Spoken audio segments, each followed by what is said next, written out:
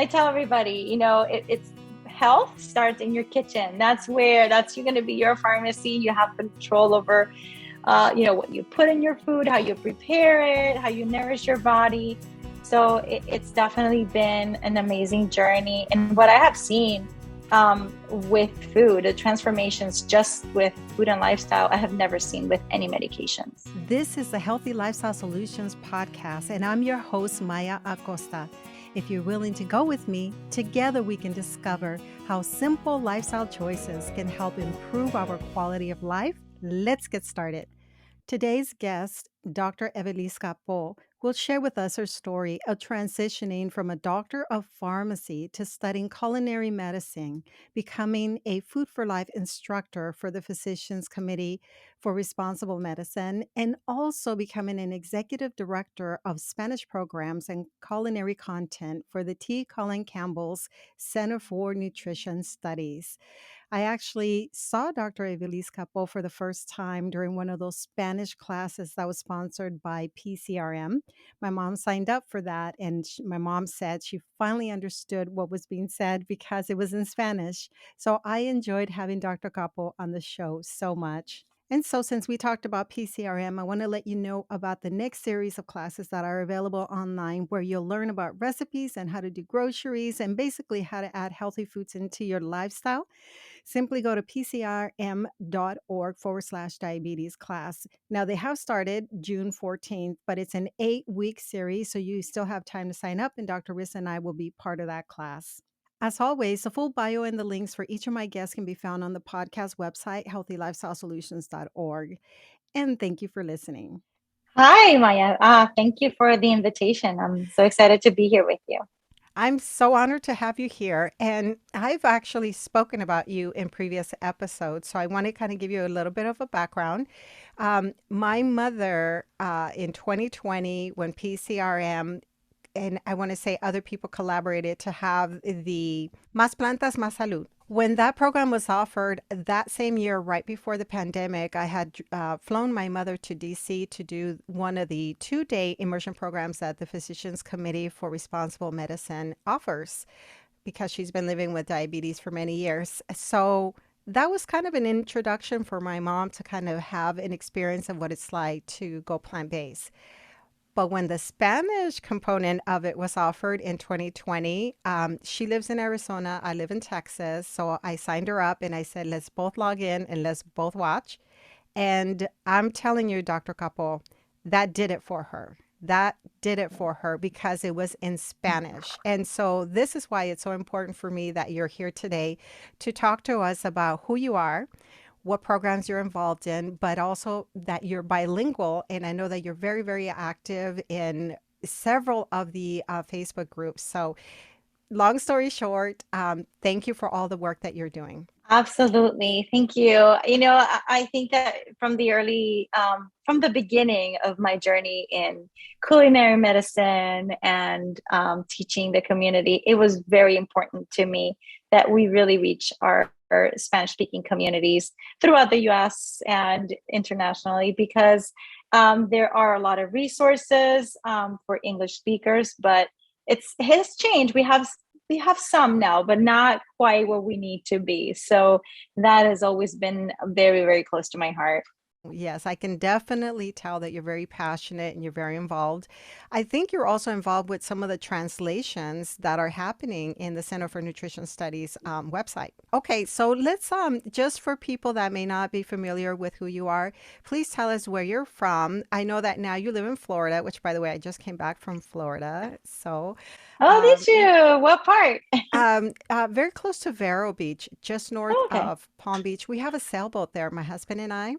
Oh, And nice. it's like our second home. So when we get away from Dallas, we go there to Florida. Sometimes we do sail our boat. But we just came back like a week ago, maybe over the weekend, and it's just been like, I miss that sun. I love it. You're so lucky. So tell us where you're from and where you are today. So I was born and raised in Puerto Rico, and I actually left when I was 18 to go to college at Purdue University. And I started in the field of science and engineering, And that, that wasn't, I quickly learned that that wasn't my thing, that wasn't my passion. So I then pursued a doctorate in pharmacy. And I've been living in the US. We moved from Indiana to Maryland, lived in Pennsylvania for 7 years, and then we landed in Sarasota, Florida, and really love it here. We have a great community, and we're close to the Miami airport. We travel to all the different Spanish speaking communities, and kind of have done a lot of networking and just exploring. So very, very happy to be here. Um, I go back to my beautiful island quite often, and I stay very much connected with the plant-based movement in Puerto Rico as well. You probably hear this a lot, but some people always say, we love Puerto Rico. I can't say that I have enough exposure, but it was on our list to put our sailboat in Puerto Rico. Our goal was just to fly out there and sail around the island and enjoy and the beauty and the people, because it's really the culture, isn't it? It is. It is. And it's like it's so special. We have a lot of unique things in the island, and charm, and it's such a gift to be able to share it with everybody that comes and visits our island. So I'm curious, how did you choose pharmacy? How did you know that was for you? And then how long did you practice? Or are you still sort of practicing that? Well, I still hold my license. I hold it active. I've been a pharmacist now for 20 years. And I did practice it full time for about 6 years. And then I kept practicing part time when I started my culinary medicine practice, and I got certified as a Food for Life instructor. I did kind of half and half. I did that for a while. But then it got to be really hard for me to stay in the current system, and just, I felt like it wasn't in alignment with my ethical beliefs, and I wasn't really helping my patients, where behind the counter teaching classes and really pursuing culinary medicine, I was seeing enormous changes in their lives and their health. And so that really pushed me to pursue it 100% of the time. And what really called me to go into pharmacy was that I'm a mom. I'm a mom. Back then, I only had one child. I had my son, and then we had three girls. And I always knew that I wanted to make that a priority. And so I loved science, and I felt like, this is a good career for a mom, because I could always go part time if I needed that. And I felt like I always wanted to collaborate with the medical system. And we were told, as pharmacists, we were going to be right there working with the different physicians and nurses, and optimizing medical care and pharmacotherapy for the patient. So I felt like that was a great role. It had everything that I liked. But and I loved the school and the whole curriculum. But once I actually got to practice, it was a different world than what I had imagined. And back then I was not plant-based or vegan. And around that time, when I started changing, it made me open my eyes as to what I was doing in my professional life, and those needed to align. And so that's why the shift, and I love it. I don't regret it. I wish I would have done it earlier. I bet. Now, are pharmacists located in different areas? Usually when we think of a pharmacist, we think of them in a clinical, well, I say clinical, but actually in a pharmacy. In a pharmacy, in like a community pharmacy, more in the community setting. Yeah, that's what most people think, but it's actually tons of different options and settings. My experience was mostly clinical and hospital pharmacy, as well as long-term care pharmacy. When you do rotations, you get to experience a little bit about all the different fields, and that was what really called me at the time. I liked the community setting, but not in like a traditional community pharmacy. But I worked in a clinic for a while, and really got to connect with the patients there, because it was a free clinic, and you could really, talk to people that were in need of help, and they didn't have healthcare and things like that. Okay. And forgive me if I ask you these questions too, because obviously I don't know too many pharmacists and exactly the training, but what is the difference, I guess, between a Mm-hmm. pharmacist and an MD? So we, as pharmacists, as doctors of pharmacy, we can't prescribe for the most part. There are certain Oh, states where you can prescribe certain medications, but okay. for the most part, we're not prescribing. We're actually, um, so we're dispensing the medications, or we are suggesting what the proper pharmacotherapy is. So the doctor, may have questions about the medications, and we answer them. We also help monitor adverse drug reactions, contraindications, correct dosing, things like that. And obviously, there's when you practice in a hospital, there's also the IVs that you have to prepare. There's specialty pharmacy also for compounding, putting together these medications from scratch, as well as more IV therapy or cancer, oncology. So there's different things that you can do. You can also be a consultant pharmacist where you travel usually to long-term care facilities and do evaluations of the regimens and things like that. You can also be a certified diabetes educator and work with diabetes patients, which is something that I've always loved to do. And I work in a setting. I have a lot of colleagues that work in that field. So when I go, just one last question about that. So when I go to my nearest, say, CVS, and I'm picking up a prescription, that individual who tells me you should take this medication with food, or like you said, there might be adverse effects if you mix the medication with something else, most likely that individual is a doctor of pharmacy. At this point in time, yes, it has been a requirement that all ever since I think it was 2000. Let's see, 98, 98, 99. I think it's when it began to be mandatory. Before there was a Bachelor of Science that you could pursue. But now all of the pharmacists do have to have the Doctor of Pharmacy degree. Although there are still some out there, like older pharmacists that do not have the doctorate. But for the most part now, most of them do. Wow.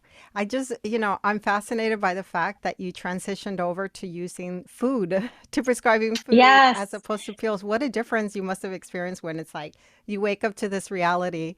Yeah, So, the most powerful medicine. I tell everybody, it's health starts in your kitchen. That's you're going to be your pharmacy. You have control over, what you put in your food, how you prepare it, how you nourish your body. So it's definitely been an amazing journey. And what I have seen with food, the transformations just with food and lifestyle, I have never seen with any medications. exactly. And so my husband is a physician and he has this testing kit here at home. And I started to notice during the pandemic that my cholesterol was going up. And so I got real aggressive with it. Actually, I was shocked because I'm an ethical vegan. Processed foods still can contribute to cholesterol. So I did my research and I said, okay, what am I eating that's causing this? So I got really aggressive and I asked my husband to test me every 2 weeks. And I started to see the numbers come down and I could not believe it. Like when we think of the medication that's prescribed just to reduce cholesterol, here I am, I'm using food. And So that's I, an excellent point because you said it yourself. You're an ethical vegan. And I think a lot of ethical vegans fall into that trap. I was having this conversation with a patient yesterday when she said she's a cancer patient and she was saying, how um, just helpless she felt because in the room where she was getting her chemo, there were other vegans and plant-based patients. And so I think it's an important distinction. Obviously, diet and lifestyle is not a guarantee for anything. It's not going to be the magic pill. However, we really have to differentiate because a vegan diet strictly means what you're not eating, right? Animal products. But a lot of vegans do consume a lot of processed foods, a lot of oils, sugar, salt. And so that can lead to a very unhealthy lifestyle. So what I like to call myself is a whole food plant-based vegan because I am also vegan for the ethics, but I want to make sure that I keep myself healthy so that I can pursue that mission. I think that's also very important. right, that's the best way that we can convince others to to join the movement. So Yes. let's talk a little bit about, you've already said that you discovered that food. Well, two things that you became aware of. One was you're basically seeing the illness is not really being improved through medication. That your patients were progressively getting worse anyway, and then you realize that food had that power to reverse disease. So how did that come about? Was there a book you read, a documentary you saw, or who told you about the plant-based diet? Well, initially, I actually had another pharmacist who was my preceptor when I was finishing up pharmacy. She kind of planted a seed about food and organic foods and their connection with our health. And after that, when I was pregnant with my second child, my daughter, I actually got very ill after eating. I actually had food poisoning with turkey, and that scared me quite a bit, especially when I was 2 months pregnant. And I started to do a lot of reading and research. And I found the Physicians Committee for Responsible Medicine as I was digging on the internet, and they're a wealth of information. So I started watching their videos, bought their books, and I was like, wow, this is it. Like, this is what I've been really searching for, because I had been in this journey. I stopped eating red meat and then white meat. I also had a scare with cervical cancer after my son. So I had already started to gradually change my diet.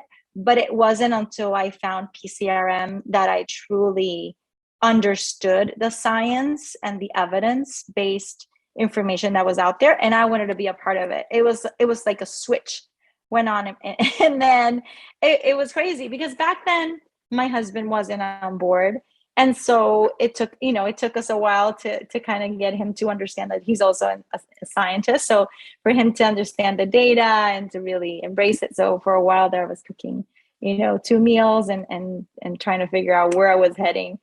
And as many people, I also started with the processed foods, the transitional foods, because I didn't know any better. And it's been a journey, and obviously then it wasn't overnight, but after a few years of doing that, we really understood that you really have to clean up your plate and make every bite count. And so that's when I really felt a big change in our bodies, and how we felt, our energy, and then within the community. Because after I felt it myself, I felt like I really want to share this with my patients. I want to share this with my community. And I applied to become a Food for Life instructor. And I also started my practice as the food pharmacy to be able to hold programs in Spanish, because back then we didn't have all the tools that we have today, and all the programs that we have in PCRM. So I started teaching anybody that would listen. I would carry my cart with the food and my big bins of utensils and cookware, and my kids, my girls, it was a family project. My husband would come to the classes with me, because back then, I had given birth to our fourth baby, and I was teaching and he was helping me clean up the dishes. The girls were talking to people. So it was a lot of fun. There are many families that are like that, kind of mixed, where sometimes it's the main person that cooks in the home that's already gone plant-based, and everybody else is sort of just resisting it. Do you have sort of a message about that, and based on your experience? Yeah, and obviously every situation is different.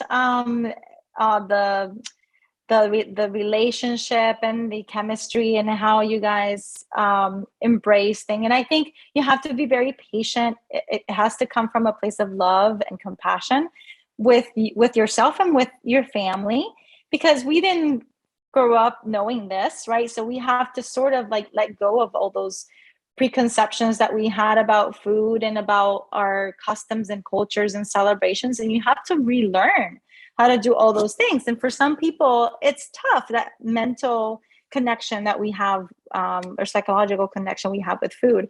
So with us, when I first started doing this, because I was trying to learn as I went, I just kept reading and introducing these things, and I was cooking at home for two things, and then I couldn't do it anymore. It was too time consuming, and I didn't want to be touching the meat and all that stuff. And I said, if you want it, you can cook that. I will cook plant-based, I will cook vegan, and then you can add to that whatever you want. But he was busy, so he would just be eating whatever I was eating.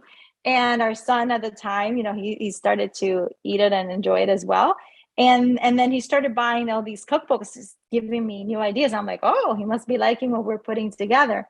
But even when we went out to eat, then he would choose like more traditional fare and meat and things. So we had this conversation about that. And he didn't want to, if we went to visit somebody, he didn't want to make them feel bad that he wasn't eating the food. And we talked about it, and I said, it's a shame, because what good is it going to be to me? I'm going to be all healthy and I'm going to be taking care of you, because you don't want to make some compromises and really clean up your diet. And so I said to him, we were going back home for the holidays.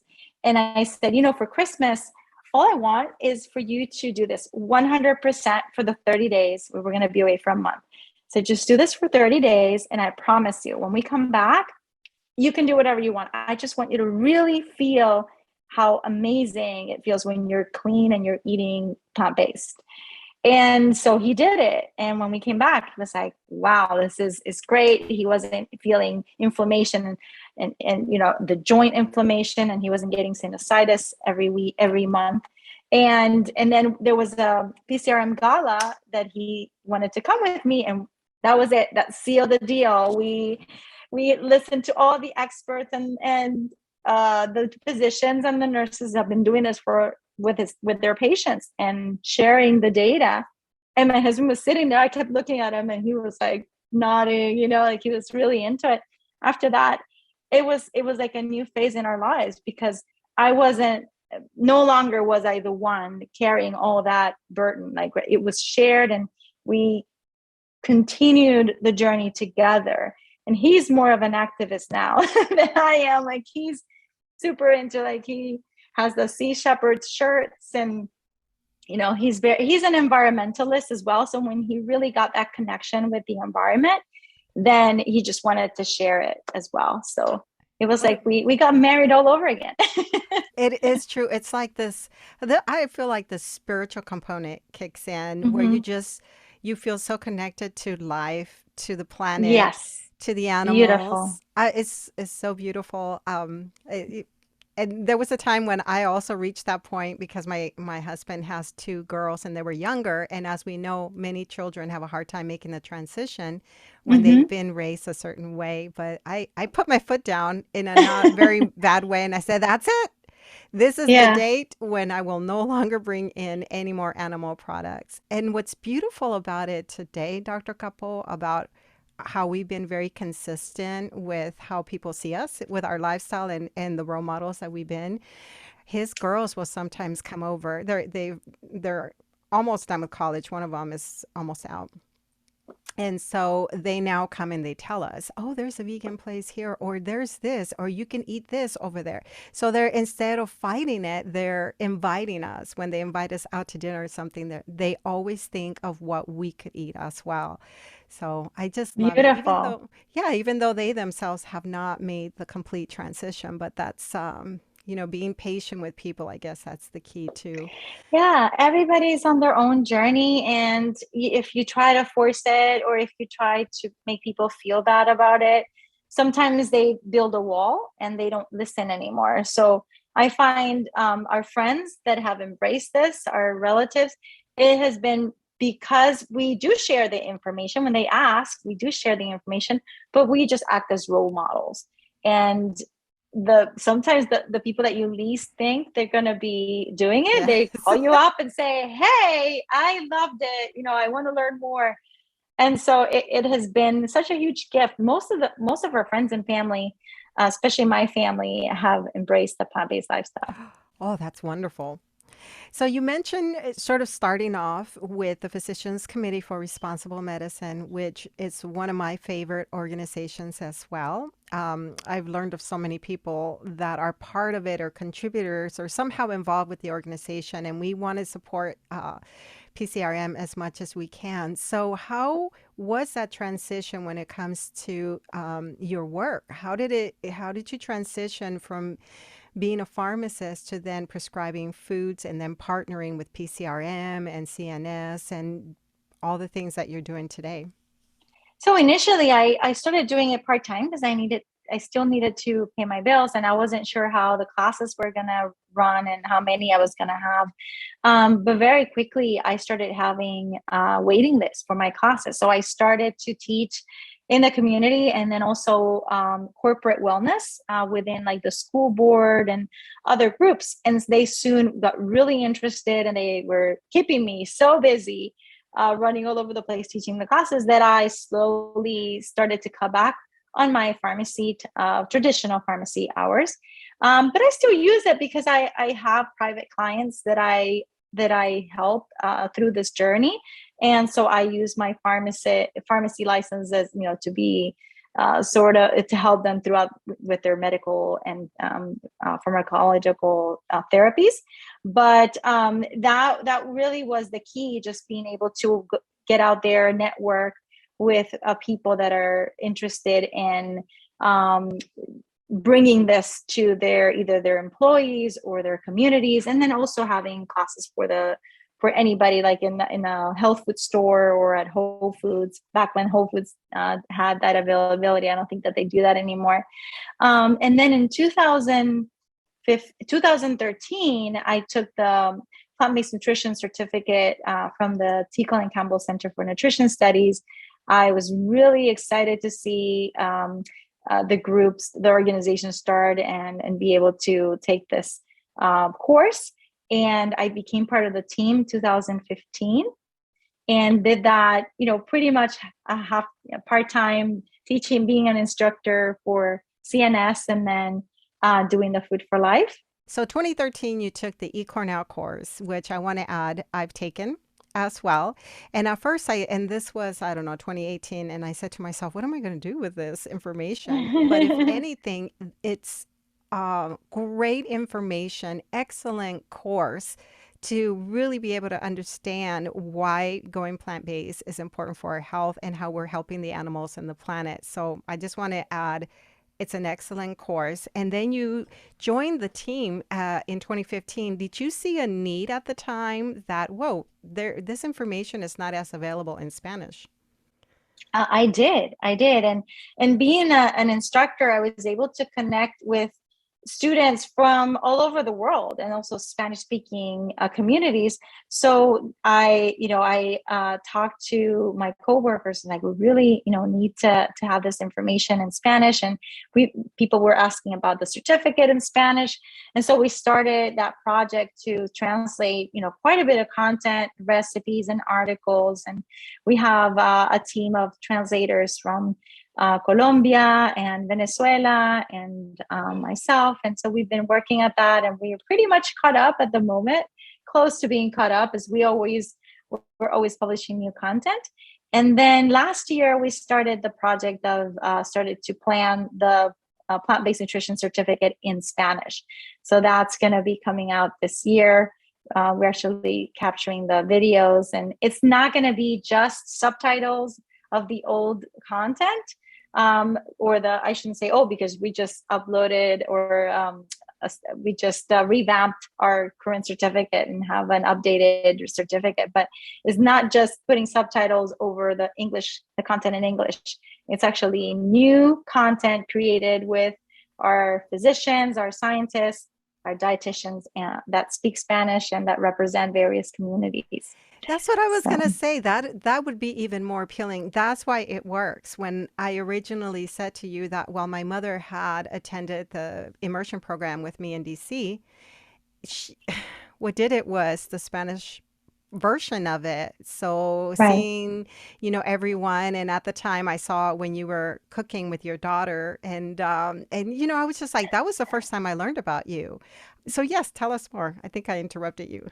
No worries. So that's when I just found my two tribes. I was like, wow, I have PCRM on this end with all these great practical tools and really reaching communities, teaching the Food for Life classes. And then I have the science-based nutrition certificate and all of the other initiatives that CNS has been working on, because they have an amazing program for community outreach, Whole Communities, which is a membership program, and also a cooking component, CNS in the Kitchen, where we have wellness challenges, and a variety of other great ways to stay connected with your community and to really feel supported.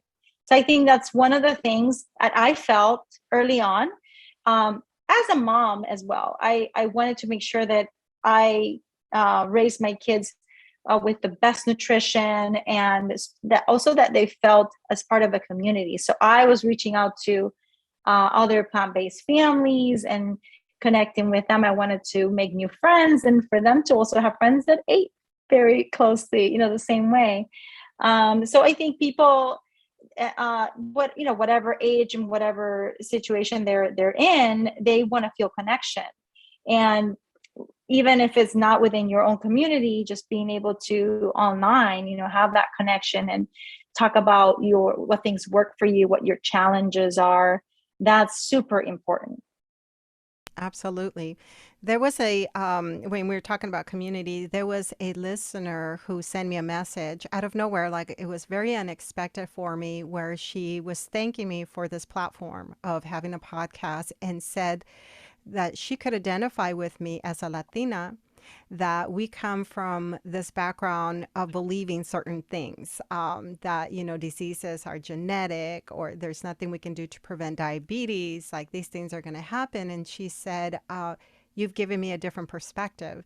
And I thought, oh, like I wasn't even at the moment thinking about the Latinx or Hispanic, Mm-hmm. community. I'm just always thinking, get the information out to whoever wants to listen.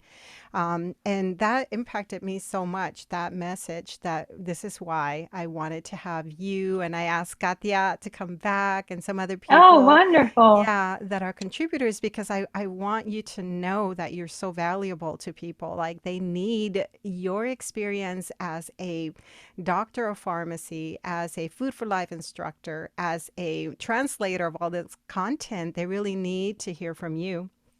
Um, so anyway, I just want to throw that in there because you were Yes. talking about community. Yeah. Thank you. And Katia has always been, such a great friend and collaborator. She also works with us in CNS, helping us translate recipes and different webinars and conferences, as well as at PCRM. So there's a lot of cross pollination there. A lot of our board members are also involved with PCRM. So it's great. It's like we're all family, and we want to support each other's initiatives and work. Um, But you're also a diplomat of the American College of Lifestyle Medicine. So I emphasize ACLM all the time on my show. Tell us a little bit about your involvement. So you became board certified as well. And when did you start to realize how important it was to have all these other lifestyle modifications, not just food, but all the other mhm. components of lifestyle medicine? That's a great question. And I have to say, I was guilty of really putting a lot of importance in the food that I was eating and the exercise. I've been pretty good at both of those, but I was really sacrificing my sleep, and my stress level was like up the roof because I'm trying to be like super mom and super lady and super everything else. And so, as I was connecting with other healthcare providers, and I started to attend nutrition project conferences and lifestyle medicine conferences for ACLM, I started to hear the presenters and learn from their conferences the importance. Because I always felt like, oh, I can sleep later. I would stay up and be like, I'll make it up at some point. I didn't really put that much importance. But no, it's huge. Like really thinking about all of these pillars, they hold the table. So if you're missing out on that, that's really going to impact your food choices. It's going to impact how your body just metabolizes the food, a lot of other things, and the same with stress. So when that connection started just to gradually organically happen throughout I've always been wanting to learn more, and any certificate or any training that I really value, I always want to make sure that I get that at some point, because it's always changing. Nutrition science is always changing, and so is lifestyle medicine, always evolving. And so I took the exam last year and super excited to be part of the group of graduates and all of the information that they provide. So you always keep up to date. I mean, even in things such as probiotics, for instance, which there's still physicians that are prescribing them and are promoting them to their patients. And we just heard last year through one of their conferences, the top leading gastroenterologist saying that they should not be recommended in every case. Actually, very few cases would benefit from probiotics. So these things you wouldn't know if you weren't keeping abreast of all the changes and all, with the evidence-based information we have available. That's trustworthy, because a lot of times we hear information from what the pharmaceutical companies want us to know, or the even more the wealthier supplement industry. And so it's important to keep that information available. So now I know you have so much on your plate. So I was wondering, first of all, do you have any programs that are available online for anyone who is interested? And also, do you have events that are coming up? Will you be at the ACLM conference this year? Great question. And by the time this gets to the public, I'm sure we might have other things, but I can tell you we constantly have conferences, webinars at the T. Colin Campbell Center for Nutrition Studies. We have webinars in Spanish every 2 weeks. We actually are about to host our annual Enriquece tu Plato conference in Spanish, which will be this weekend, but it'll be available after as well if people want to purchase tickets and watch it after the fact. And PCRM has their ICNM also this year coming up. So I try to participate in all of these conferences whenever time allows. Sometimes I don't know. I get invited. I was invited to speak for a plant-based group in Utah in the fall. So it looks like I'll be going there. Yeah. So I would say visit our websites and check out what we have going on, the Food Pharmacy, but also nutritionstudies.org and PCRM, and sign up for their newsletter so that you can get the latest.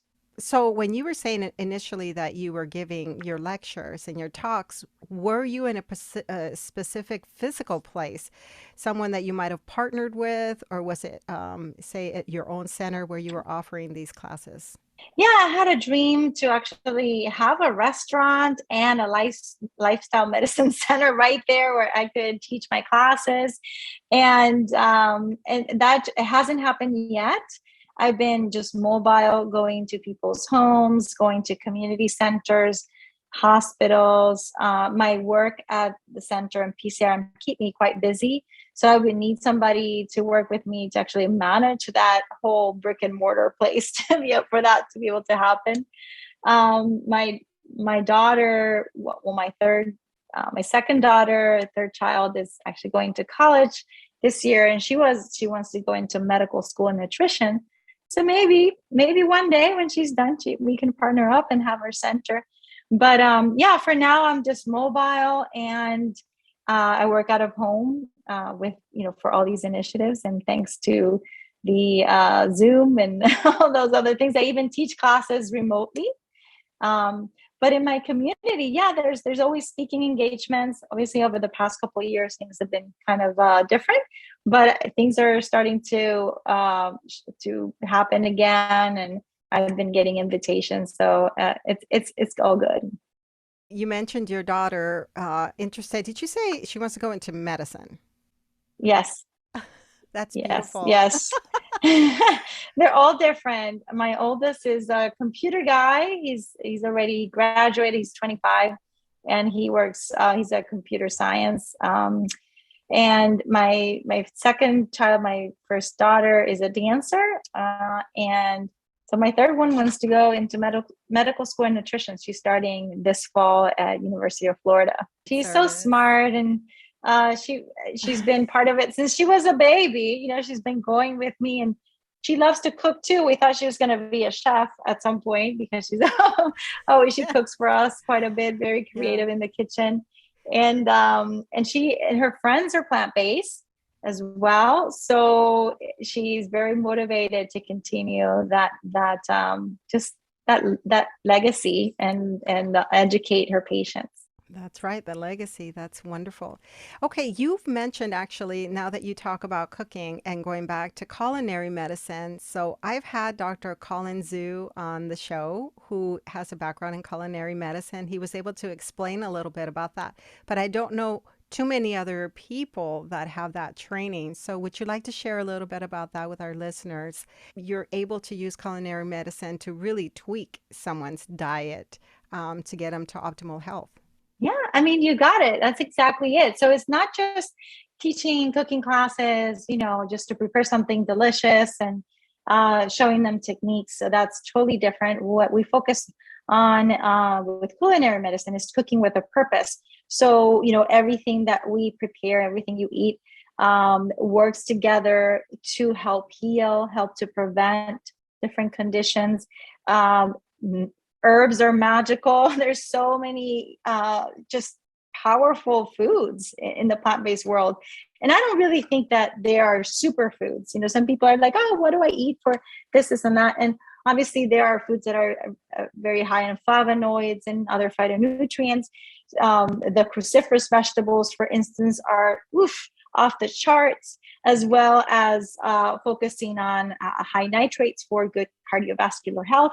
So that's really what the focus of culinary medicine is, to really focus on those things. So if you have heart disease, obviously you're going to have to tweak your diet, and just make sure that we keep the fats low so that we can nourish that endothelial cell. We always avoid oils in all of the classes that we teach, because it's a processed food. It's strictly, you're removing all the fiber and the phytonutrients from the plant and just staying with the pure fat and things like that. So if you have diabetes, then you focus on plants first. And also you might want to look at the glycemic index of some of the foods as well. So that's where the culinary medicine component comes into.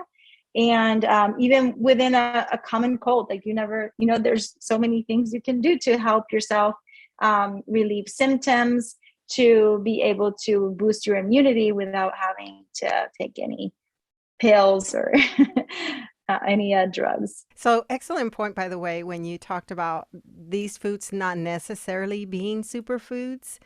I think when you think of someone who might consume the standard American diet, blueberries look like superfoods compared to French Right, fries. right. Oh, for sure, But for sure. when you're eating this way, it's all just wonderful. It's all beautiful. All of it is part Yes, of it. all of So it, all of that's it. I like Dr. Greger's list of the 12, the daily dozen that he shares, and I always use it with my patients and my clients, because it's a great reminder of to make sure that you eat from the 4 food groups. And obviously berries are super nutritious and have lots of phytonutrients and antioxidants, so we want to eat them.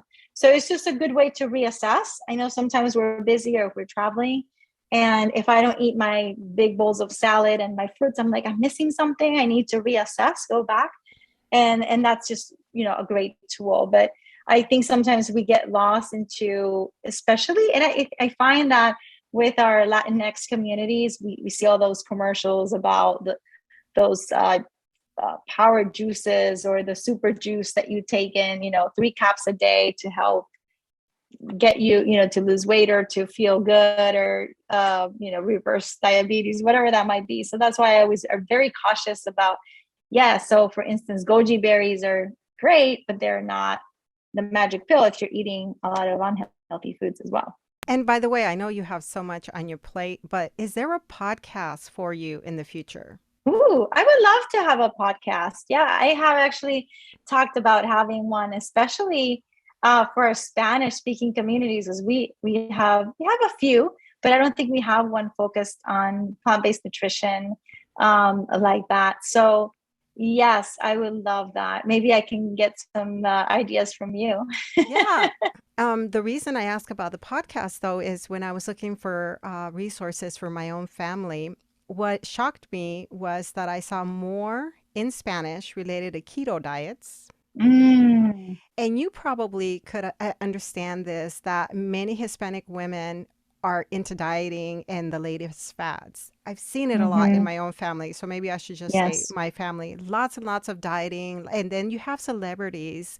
And Mm-hmm. it's also not fair because some of these celebrities can go and get liposuction Mm-hmm. and make it look like the diet is helping. And so Right. I feel like when I think of the need to support people who speak Spanish, I feel that I was saying the other day that I know that there are a lot of podcasts that cover whole foods and lifestyle medicine, but in Spanish, I don't Mm-hmm. really know of anyone doing it. I don't know, but you could be the first. Maybe Yeah. I've heard some podcasts on vegan ethics, and I know there's a few others that talk about a variety of different things, sometimes touch upon, but I haven't heard any strictly on plant-based nutrition and healthy lifestyles. So yeah, maybe that's the next adventure. That's the next one. And it could seem like a lot of work, and it could be, but you can also make it simple. So I won't dwell on that part. But I was really shocked to see how many keto podcasts are available in Spanish. Hmm. And maybe I found one or two, because what tends to happen too with podcasters is many people give up. They may leave their show up there with maybe 5 episodes or 10, and then they give up Hmm. and they never follow through. So otherwise, I would be a listener because I want to hear Right. this content in Spanish too. Hmm. So anyway, but you have so much on your plate, but you would be an excellent candidate for that. So Yes, yeah, yes. No, so believe me, it has been part of the Trello board. I have a Trello yes, board with all I love my that. Yeah. my plans, Yeah. and it So has been there, as well as writing a book, which I keep putting aside whenever I get super busy. But it's something that I've been wanting to do for a long, long time. So yes. hopefully, after this couple projects that I have on the works, after those start to move forward, I'll have more time for that. Yeah.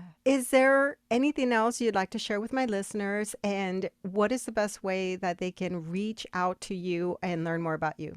Yeah, so I'm available. I'm always thefoodpharmacy.com. You can reach me there, send me a note. I'm on social media, Facebook and Instagram. And Instagram, I think, is the Food Pharmacy Kitchen. So you can reach me. And you can also send us a message through the T. Colin Campbell Center for Nutrition Studies portal. And we have a Spanish info account. So always looking for what you guys want to learn more about, and if there are certain recipes that you want us to prepare on during our lives, that would be great. And yeah, I'm all over the place, as you said. I have a lot on my plate, but it's a plant-based plate, so it's it's nice and hearty and not too heavy. So always looking to connect with like-minded folks. And if you have a conference, or if you have any event where you want us to come and participate, we would love to hear about it. Okay, yes, I will keep that in mind, and I'll put all the Mhm. links. When can we expect the eCornell course to come out, the Spanish version? Yes. So our T. Colin Campbell Center for Nutrition Studies and Cornell and eCornell, they have a partnership. But this certificate is going to be primarily through the T. Colin Campbell Center for Nutrition Studies, not in partnership with eCornell. That one, we should have it ready by this fall. Oh, So as soon as I have the exact date, I'll share it with you guys. But yeah, we're hoping to get it out before Christmas for sure. wow, that'll be a wonderful Christmas gift to give to new loved one, like loved ones that are new Yes. on board. This is a wonderful course. So yay. Well, thank you so much. It has been so wonderful. I'm so glad that we were able to make this conversation happen. I see that you have so much to offer and you're very valuable to the community. So thank you, Dr. Capó, again for being with us. Oh, thank you so much. And one more note is, if you have taken the plant-based nutrition certificate in English and you want to take the refresher course, you can contact us as well. We have a nice deal for our past students, for our Oh, graduates. That is a great idea because my goodness, there was so much content. So I almost felt like I needed a study group to be part of to kind of bounce Uh-huh. ideas and continue the conversation. Excellent, excellent course. My husband did it as well a couple of years after I did. And after you have that information, you know how to have a conversation with people as to how, animal agriculture affects the planet, our rivers, our waters, and Yes, so much more. So, so much more. okay. You're right. Dr. Couple, I do have a couple of questions because you are an expert in the kitchen. Um, I have been wanting to also find a way to bring my family on board through cooking what we like, which are more traditional Mexican dishes. You have a Puerto Rican background, so I'm interested in knowing, like, have you been able to find those, kind of replicate the favorite meals that you used to prepare, but in a healthier and more delicious way? Absolutely. And that's where I tell everybody to start with whatever you're familiar with. And you just have to make a few tweaks, a few changes. And believe me, after a little bit, you won't even miss those things. So, for instance, for us, we make arroz con gandules, which is rice and pigeon peas. It's our go to holiday dish, as well as whenever we have a party, get together. I don't know. And I know pigeon peas, gandules are also cultivated and eaten in other countries. But sometimes I heard that they actually feed it to the animals. They actually Oh, don't eat them themselves, but they're delicious. And so finding ways to make rice and beans. Sancocho is one of my all-time favorites. It's like a root vegetable stew.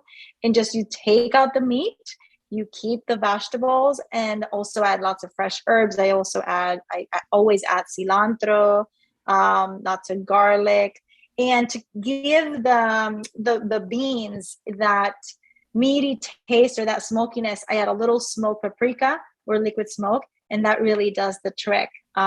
So I have to say, it's not hard at all. We make for Christmas our traditional pasteles, which are the equivalent of like your tamales. And I still have some in my freezer because I made extras. I made like 200 this year oh my and God. kind of kept them in the freezer.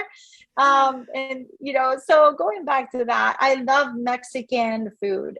Whenever we go to Mexico, it's like heaven because there's so many plant-based options and everything is so fresh.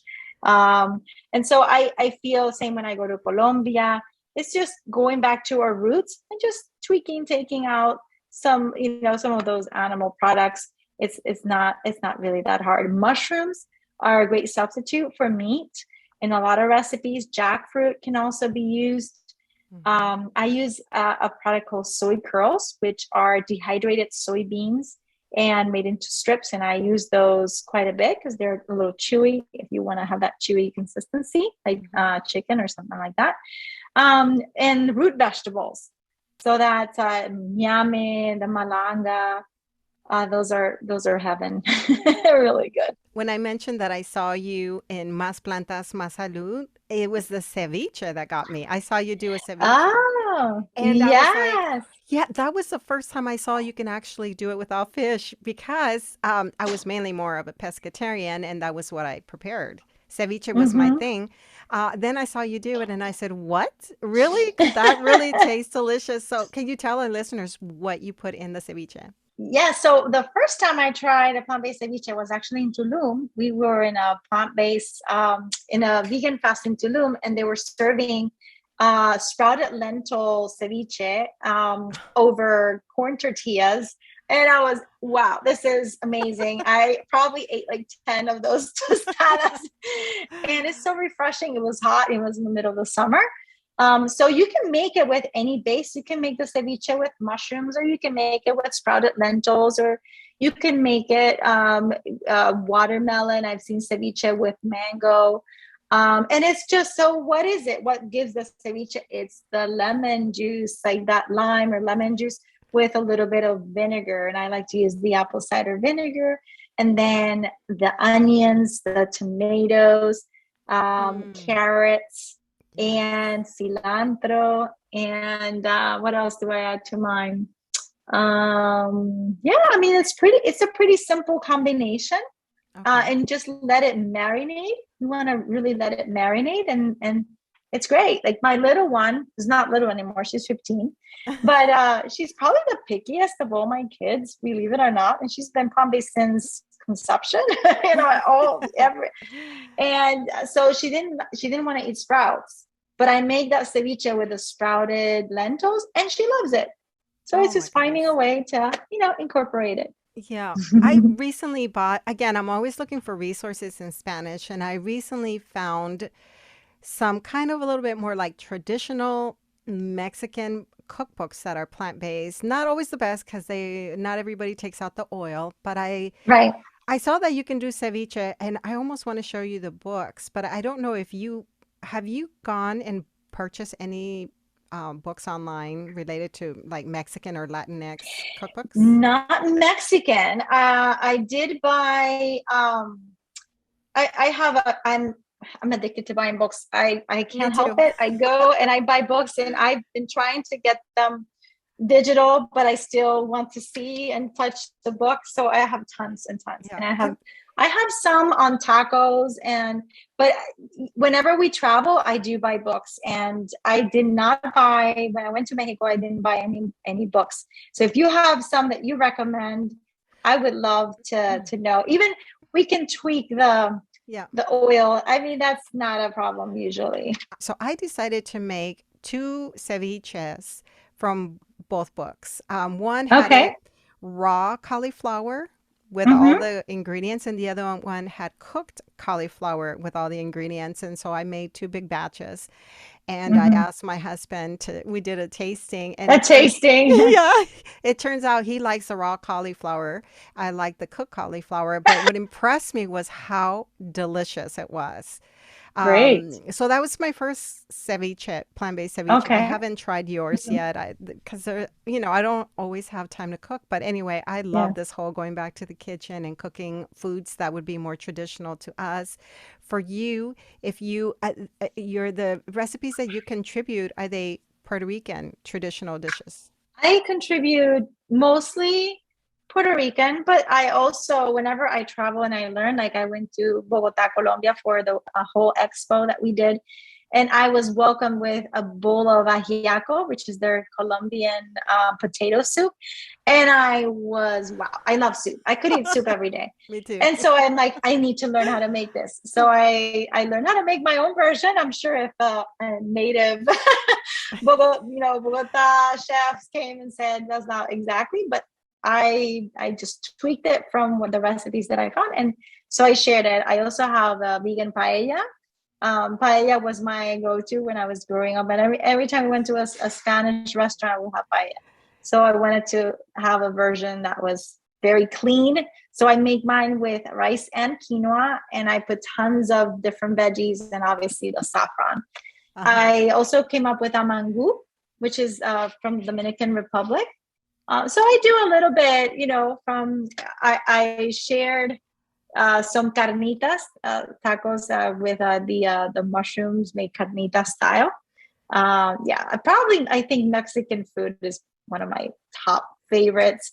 I really enjoy. I've been to Mexico now probably 10 times in the last 5 years because I'm so in love with the people, the food, the culture, Yeah. everything. Well, Mhm. this has been so much fun. Oh, was there one more question that I should have asked?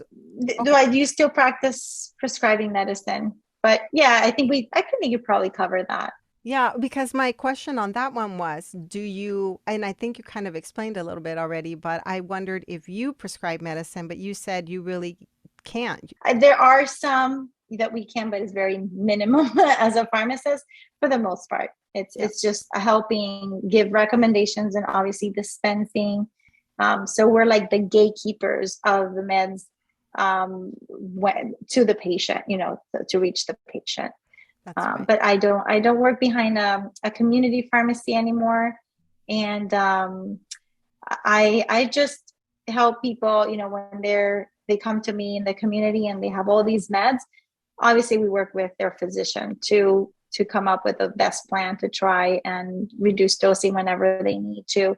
in Mhm. conjunction with their primary or their specialist. Like I always say, and obviously I don't have a background in medicine, but I always say we're not discouraging people from listening to their doctors or taking the Oh, no, medication, no. Yeah. but we want to encourage people to see that you may have to adjust your medication as you improve. Yes. And Yeah. you do most of the time. Most of the time, you see changes quite rapidly, especially blood pressure and especially diabetes. Like their blood sugar starts to drop very quickly after they clean up their diet. So it's actually important to make sure that you work with your physician, because if you run very low blood sugars, that could Mhm. also be dangerous. So to make Yes. sure that you monitor that.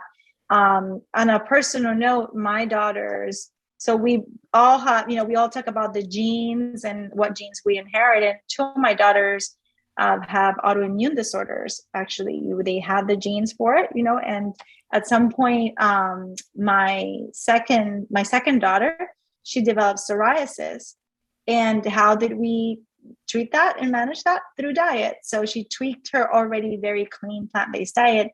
Her dermatologist was surprised because hers was not as severe as she had seen other cases, and she only had it within the lower extremities. So what she needed to do, remove gluten from her diet Mhm. and any processed foods, because back then she was still eating some processed foods, and that was it. No Wow. more psoriasis, no drugs whatsoever.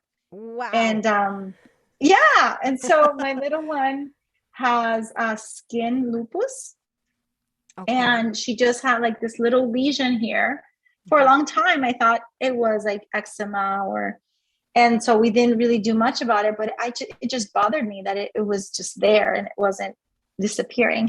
And Mhm. so we went to, again, she got diagnosed, and again her pediatric rheumatologist could not believe how mild her case was, and nothing on the scalp, nothing. And obviously we don't want it to progress into a systemic. But what did we do as a family is also focus on like Brooke Goldner's plan for autoimmune, super Mhm. clean diet, up your omega-3 consumption, which is something that we thought, we had a clean diet, but just making sure we get those anti-inflammatory omega-3s in your body, the power of the juices, like green juices or lots of green vegetables. Really, that's all it is. So, like I said, she was my picky one, and then she had to really start to be more open with those kind of things, and flaxseed like there's no tomorrow. So Right. that helped. Yeah, And and I'm assuming same too here. stress management, right? Because Very much autoimmunity so. can be Yes. triggered Thank you for by bringing that stress. up, because that was a big factor with her, was with both of them, was stress, teenagers, and not perhaps sleeping as they should have, staying up late. And so those also, besides the diet, those were the two things that we've been really focusing with them as well. Yes. And that kind of reminds me, going back a little bit to what you were saying, that even in your own life, you've had to learn to Mm-hmm. prioritize sleep and to manage stress. And when we're in this world of knowing that we're sharing resources and information that can help change people's lives, sometimes it is hard to go to sleep. And sometimes it is hard not to do too much work. Yeah. But I've learned the same, that it doesn't matter how clean I eat. If I'm not sleeping, I'm no good. Mm-hmm. Yeah. I I You need to feel sleep. it. Yeah. Yeah, it's Yeah. like your brain can't function. I feel like this heavy, it's like a rock. Like Yeah. in my head, it's like a big heavy rock. I can't really function properly.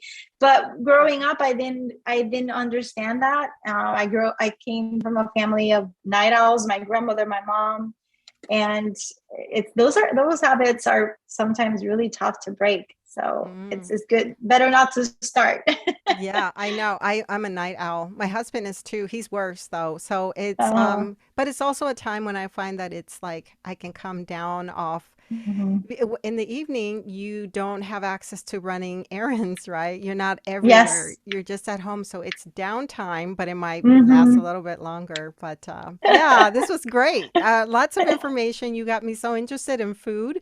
I've never done anything traditional that's Puerto Rican, like a traditional dish. So maybe I'm going to check out your recipes and try something. Although Yes. sometimes I feel like I have to know what it's supposed to taste like in order for me to do a good job of replicating it. So, Well, maybe I'll uh, cook it for you one of these days. that would be wonderful. Well, this has been wonderful. You have me very excited about food. And I hope that, as you're working in a future book, I hope that it comes out soon so that I can get a copy of it because I would love to learn more from you. So, thank you. Thank you, Maya. I really appreciate this opportunity to share some of my world with you. Thank you. You've been listening to the Healthy Lifestyle Solutions podcast with your host, Maya Acosta. If you've enjoyed this podcast, do us a favor and share with one friend who can benefit from this episode. Feel free to leave an honest review as well at ratethispodcast.com/HLS. This helps us to spread our message. And as always, thank you for being a listener.